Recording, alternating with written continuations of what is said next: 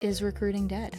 Is The recruiting big question. Oh my God. The truth is, I think that recruitment is going to be more resilient than some people might imagine. We've seen twice now where basically the technology is designed to kill recruiters or intended to do so, have in turn become like the recruiters have become the best customers of those tools.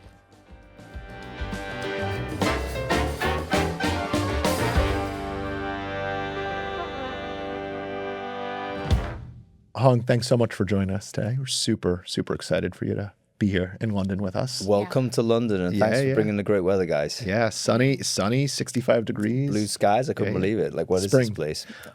So I want to jump right into it with you. The question on most people in the recruiting function's mind, which I know you talk about, is like, where are we going? Are we being replaced sooner than we think? Or do you think the recruiting function has a little bit of a moat around it right now? Is recruiting dead? Is The recruiting big question. Oh my God. If I say yes, that's the end of the podcast, right? Yeah, we're done. Yeah, we're just done. It's We quick. stop We've got recording. 45 minutes. We can't say that. No, the truth is, I think that recruitment is going to be more resilient than some people might imagine, even though I think that resilience is going to manifest in a way that will surprise us. So in plain language, what that means is a lot of the traditional models that we've been used to pre-AI, I think are going to get crushed. But there still will be recruiting needing to be done because there's something that recruiters have. The information that recruiters have is generally still tacit information that makes that decision. So in other words, the key drivers of decision making in recruitment are oftentimes the stuff that isn't documented. It's the information that's between the lines of the documentation, and recruiters are the ones that have that intel. And that's the thing I think that keeps recruiters in the game. Do you see, for at least the near term future, this is going to be a little bit like, I think we're both old enough to remember when LinkedIn came out and it was going to be the recruiter killer. But the reality was it just enabled us. It gave us more access and we ran a lot faster with it. Do you think that there's kind of that for at least the short term happening? Yeah, even older than you, Chris, because prior to LinkedIn, there was also the online job boards. And that was the first iteration of the digital, we're going to kill recruiters. But we've seen twice now where basically the technology is designed to kill recruiters or intended to do so, have in turn become like the recruiters have become the best customers of those tools. Yep. I think there's a chance that AI can do that, even though I think it'll again look differently because what AI will enable people to do, it will enable non-specialist recruiters to effectively recruit. And that will essentially disperse the activity of recruitment across businesses. And therefore require less specialists doing it. So what that means is maybe the aggregate amount of recruiting continues the same, but our aggregate number of recruiters as specialists will probably go dramatically down. That's going to keep me up at night as a specialist recruiter a little bit. But yeah, no, it's good food for thought. There's this phrase that keeps coming up in like every vendor pitch we hear, and it's something you've talked about a lot, this human in the loop. And you've called this out recently. So what does it actually mean in practice? Just on that thread, and how should founders, hiring managers think about where the AI ends and where the human judgment begins, and why we're probably not going to get rid of recruiters entirely? Because as you said, a lot of that lives in their minds still. Yeah. So humans in the loop's been bothering me for a little while. Let loose. This is a safe space. Generally, because I don't think we've taken it to the logical end point. Like, what does it actually mean? And have we tested it at the boundaries of conflict, particularly when AI recommendation and human judgment conflicts? Like, what does human in the loop actually mean in that context? I think what's happened is essentially we've grasped onto the term because it's very reassuring, and it's designed to say, hey guys, don't worry about AI. It's going to do all of this, but you're going to stay in charge. It's all going to be good. And we've just said, right, that feels good. We're going to tick the box. Let's move on.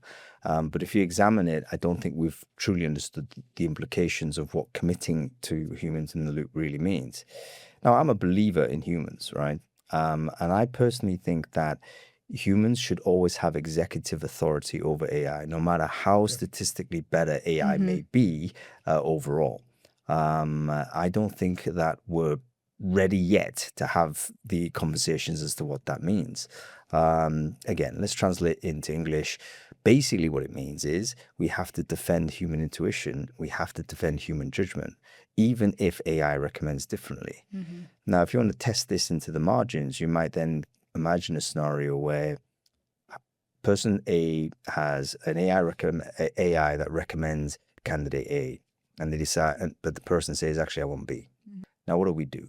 Are we allowing the human being to make that decision B in every case? Now, what if he or she consistently refutes the AI?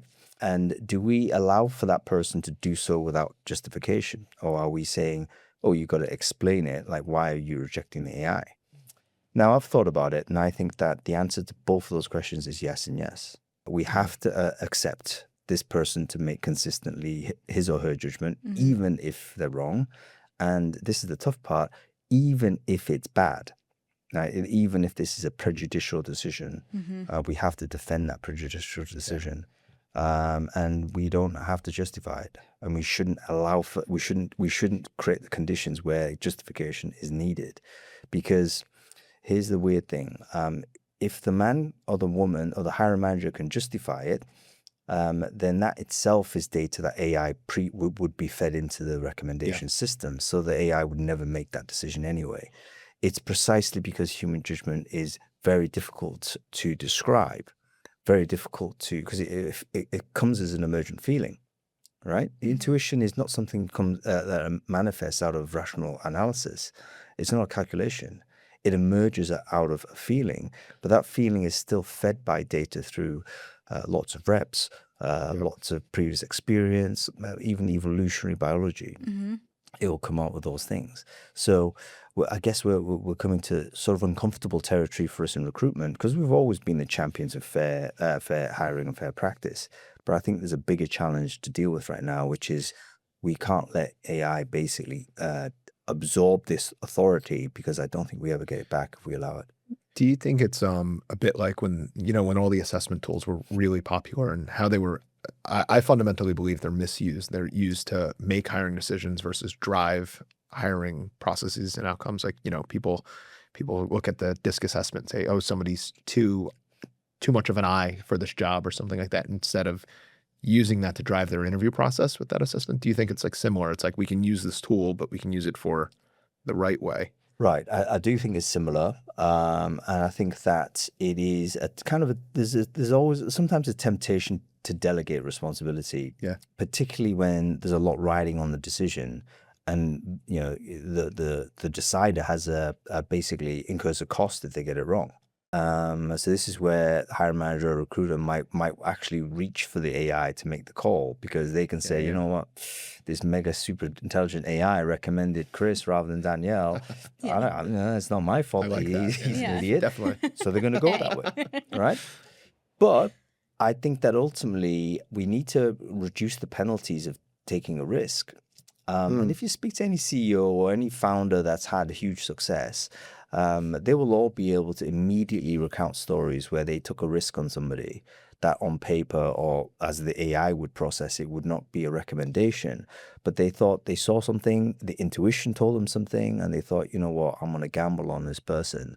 And that individual turns into, an incredible talent. And even as I recount that sort of anecdote, that story, all of us are immediately imagining someone who we know fits that category.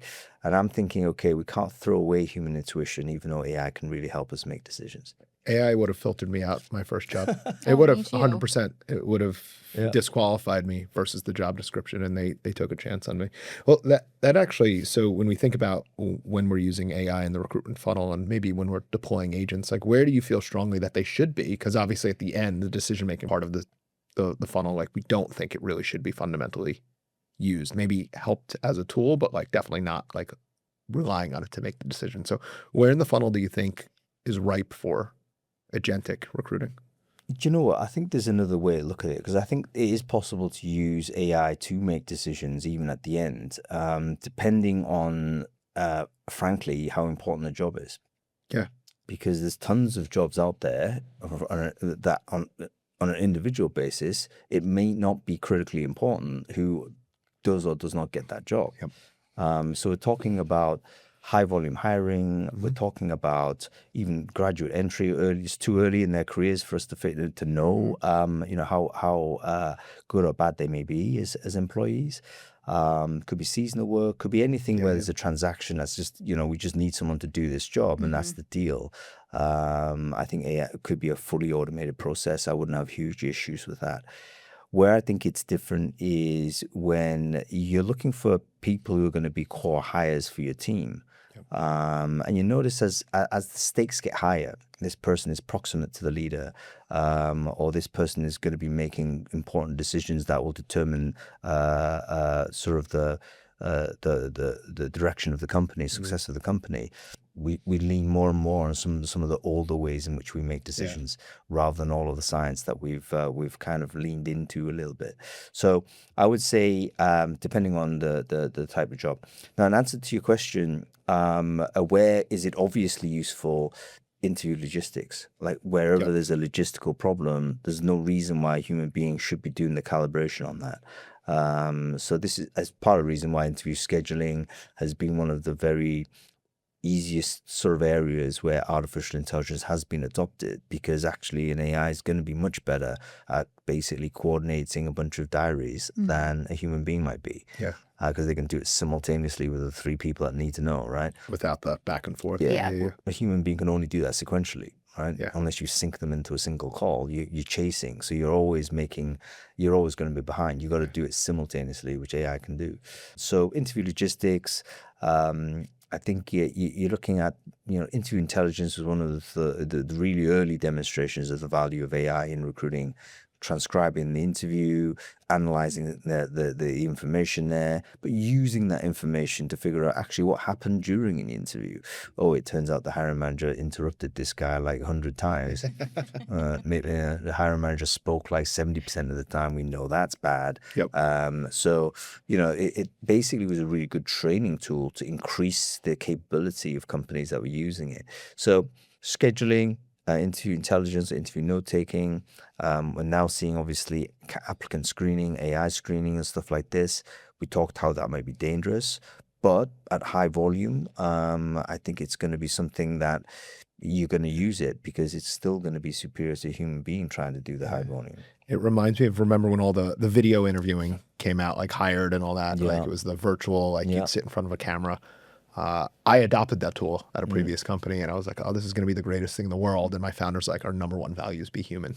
Like we can't do this. But as a owner of a specialty staffing firm, those core hires, your answer makes me really happy because that's what we do. Yeah. So, yeah.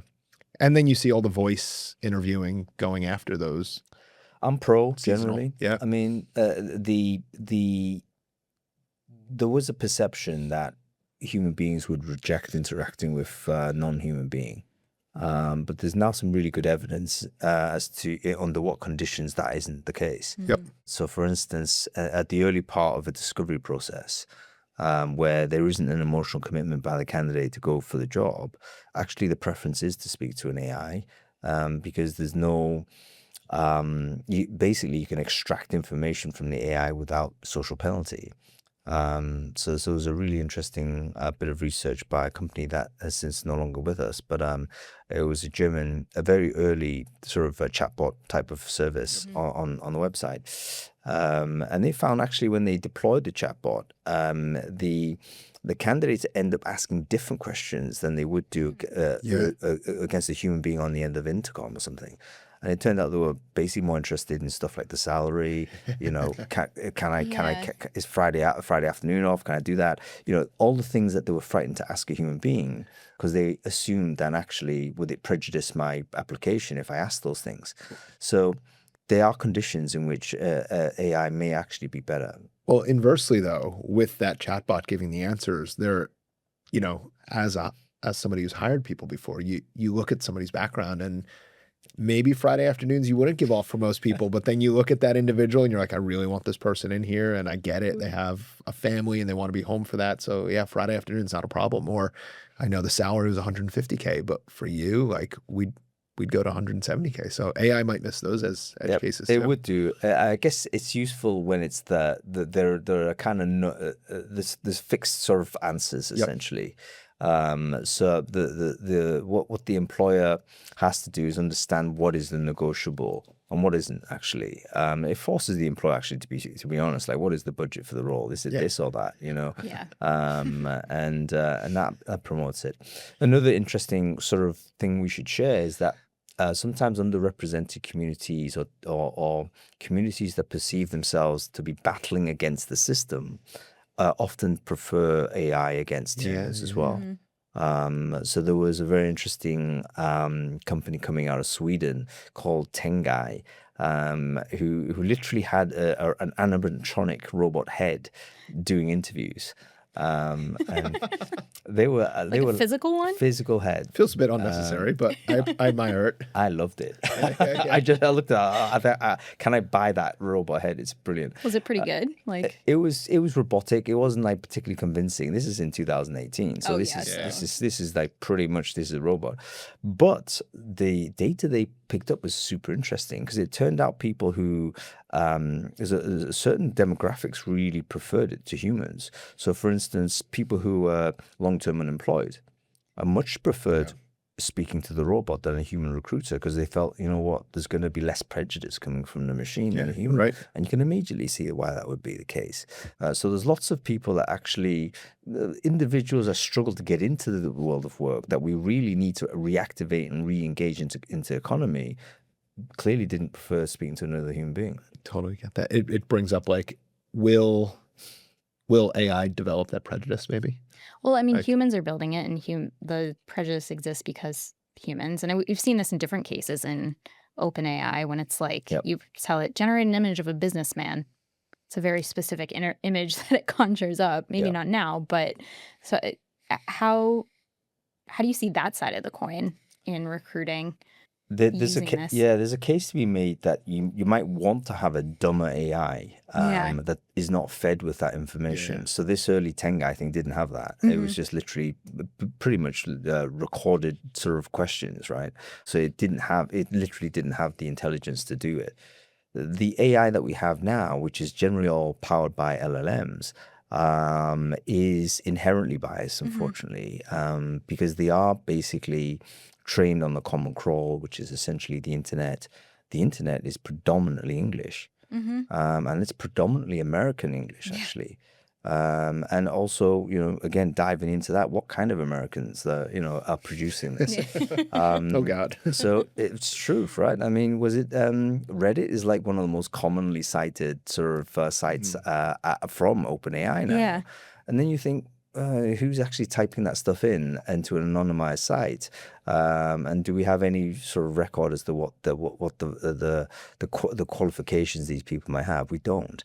But it makes a difference because it goes into the system. The system doesn't understand what's true or not, actually, and it'll just repeat it. OpenAI, for instance, frequently claims that Recruiting Brainfood, my newsletter, is the biggest newsletter in recruiting. Not true. Not true. Real quick, so we're talking about AI and like I think disruption, but it's already disrupted some job markets. Like we've seen massive layoffs that are supposedly due to AI replacing some lower level jobs. But where do you think the job market is right now in 2026? I've heard you mention you think it's a K-shaped market. Can you talk a little bit about that? Yeah, I mean, K-shaped is a description of a winners and losers economy, and I think it's on track to pre-AI really, where we had this wealth polarization, where smaller and smaller numbers of people are basically capturing more and more of the economic value of the system. That's just accelerated with AI, and you can see it will continue to accelerate simply because the people with the most resources are able to AI enable faster than anyone else. It costs money to get a license. It costs money to run a data center. It costs money to do all of these things. And the people or the companies or the institutions that grab that sort of investment and sort of make that investment can get the 10x to 100x or whatever 1000x type performance improvements that will then blow the competition out of the water. So yeah, it's a big risk. I think unfortunately that's going to be the trend line. And I'm not sure how you potentially correct for that. I've got a hope maybe open source will do something there where it will more widely distribute the capabilities of artificial intelligence to people who can't afford it, or organizations who can't invest tens of millions and so on. But you might get comparable or at least competitive performance from something that is free or very low cost, in which case, maybe that's the way out. But there's all kinds of reasons why open source might be very difficult to ultimately sweep over. It didn't do it in the pre-AI era. I mean, Microsoft still lock things down. The primary search engines, the main tools that we use, typically they're not open source. I mean, Linux is a powerful sort of operating system, but it didn't win it on the consumer side because there was too much. There was already the network strength of Microsoft and the other big tech companies was too strong. I hope that doesn't happen with AI, but maybe it will. Yeah, it's a good, yeah. I mean, we see that top end of the market right now is just so fierce and so competitive. Well, flipping on, like, candidates are using AI now. So, Yeah. when we look at the talent function, they're getting absolutely bombarded. Like, Well, it's never been easier to submit an application and submit the perfect application.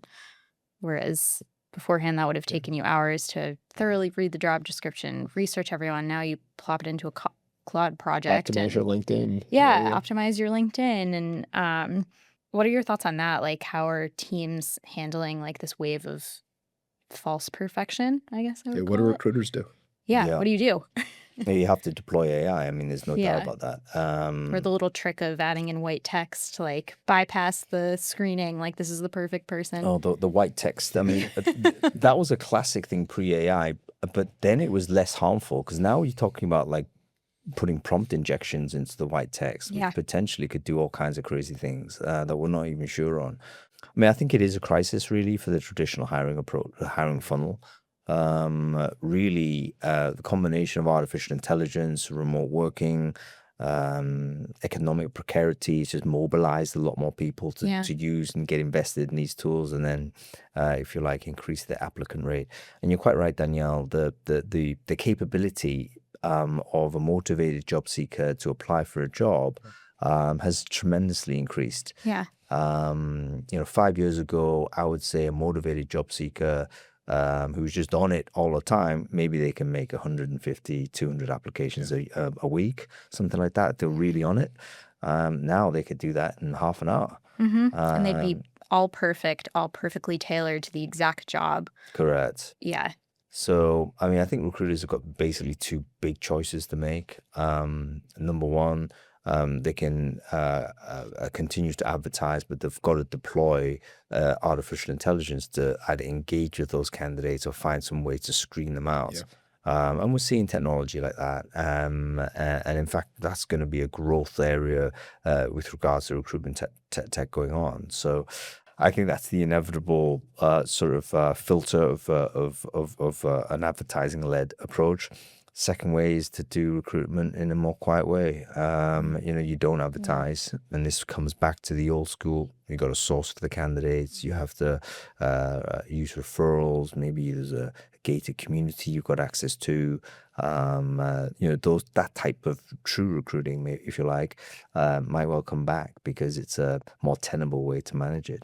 Yeah, it might actually give the headhunter a lift too, because the companies can't handle the 1,000 applications and they can't even sort through them. So I think third-party agencies, don't get me wrong, everyone's getting buffeted by the external macro, so to say.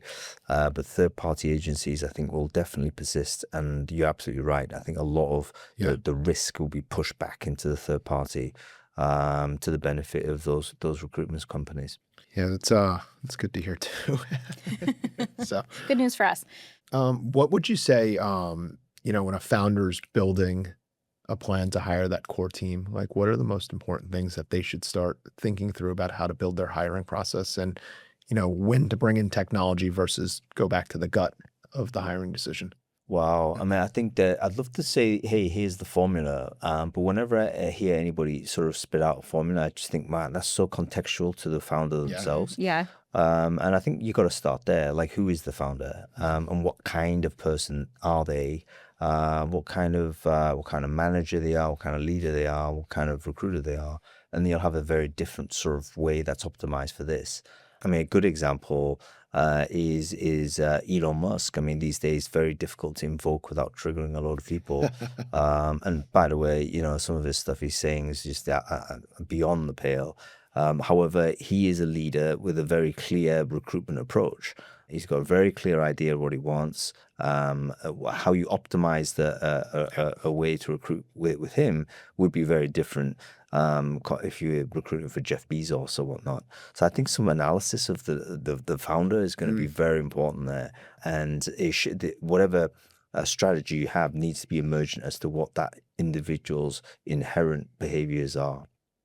In terms of when you're, we talk about founder-led sales in the startup world a lot, and like how far a founder has to carry a company on their own back from a sales perspective. But where do you think the cutoff for like founder-led hiring, like, how involved should they be at the beginning, and then where should they start to tail off a little bit as an organization scales? Do you know what? It's been a really interesting period last 5 years, hasn't it? Because we've seen a return to founder-led recruiting in a big way. Teams are also getting a lot smaller.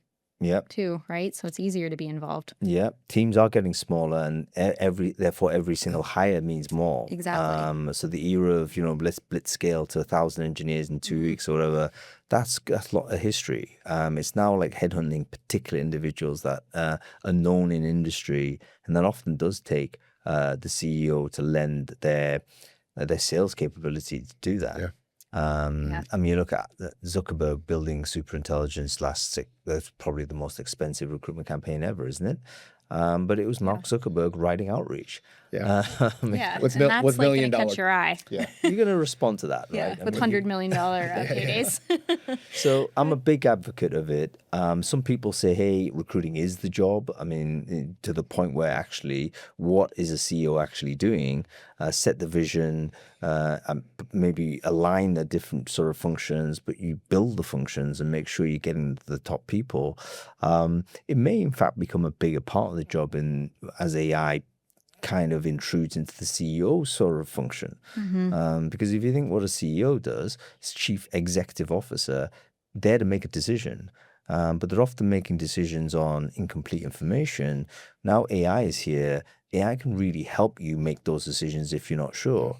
So if that executive function shrinks somewhat, then perhaps more time could be spent on building the human side of the business. So yeah, I can see founder-led recruiting becoming a bigger thing for longer than has been the case. I think even like taking a step back to something you've said before on that is like the difference between a talent strategy and a hiring plan, and early stage founders conflating the two. Can you break that down, what that might mean on an ongoing basis of like the talent strategy is, you're the founder, you need to be attracting these people versus like, I just need to fill this role. Yeah. A talent strategy basically is like, do you understand that the sort of traits, skills, behaviors you need in your business to be competitive? A lot of us don't understand that. It is a bit weird to think in these terms. So, can you break down what are the skills that you need? I'm trying to pick up an example. Let's say you got a legal firm, bunch of lawyers in there, great. But you might think, hang on, we're a little bit like tech illiterate in this, so we can't afford that. We need more AI literacy. So you've identified an area you want to expand. So part of your strategy needs to be, how can we upskill the existing people such that they can, fill in the gaps? And then how can we build sort of connections with the talent pools that already have that intelligence and skill set and bring it with us? So that's basically an idea what a talent strategy is. What a hiring plan is more the tactical, how do you do it? And where do you put your budget in terms of, recruiting for those people? I know we're running out of time, but I'm really curious about, I know you have a strong opinion about what employer branding should look like in the age of AI, and like how do these companies go out to market when they're thinking about hiring? Like what should a company be doing from an employer brand's perspective? Yeah, I mean, I'm a big believer in two things really, and again, some of this might be provocative, so I beg your pardon. But firstly, I think that people are really thirsty for authenticity. It's never been boring. Authenticity has always been interesting for people, but even more so now. We've got so much kind of AI generated content.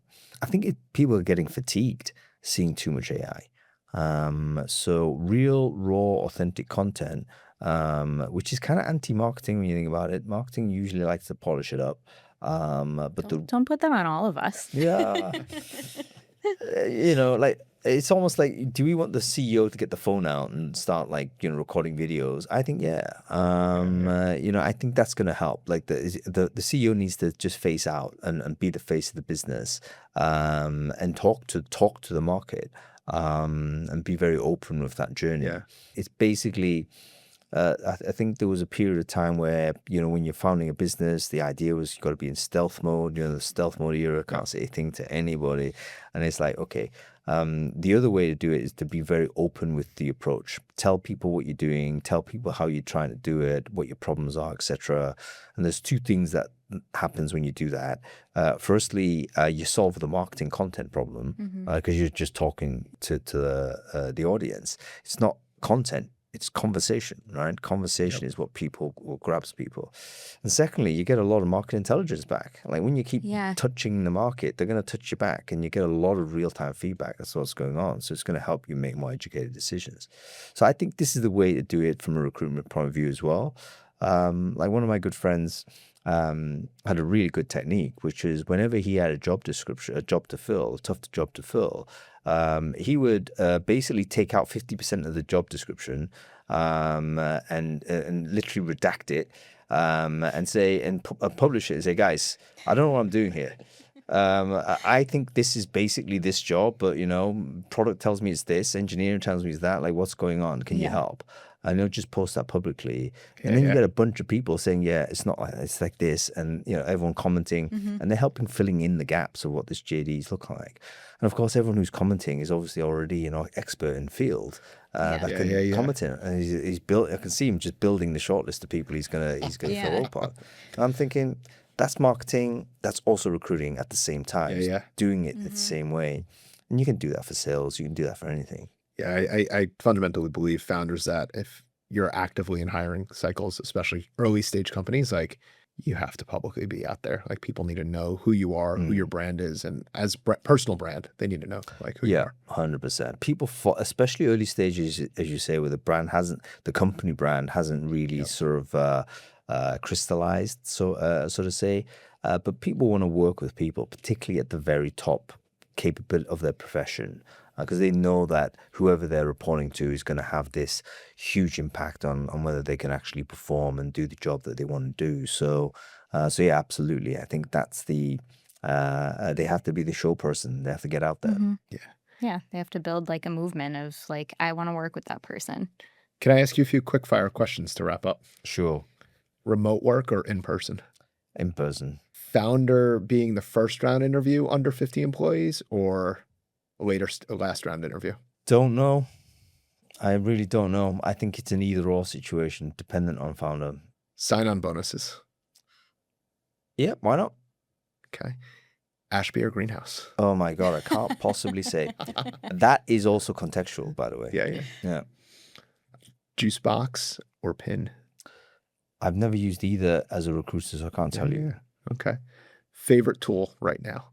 It's probably Whisper AI. Yeah, it's my I told you. my number one. Claude or ChatGPT? I think you got to go with Claude, don't you? Yeah, kind of. Yeah, they're winning out there in the market right now, in the hearts and minds, at least, I think. Hung, thank you very much. I mean, I think we're short on time, so thanks for battling the train to get here. No, thank you very much, guys. Great having a chat with you.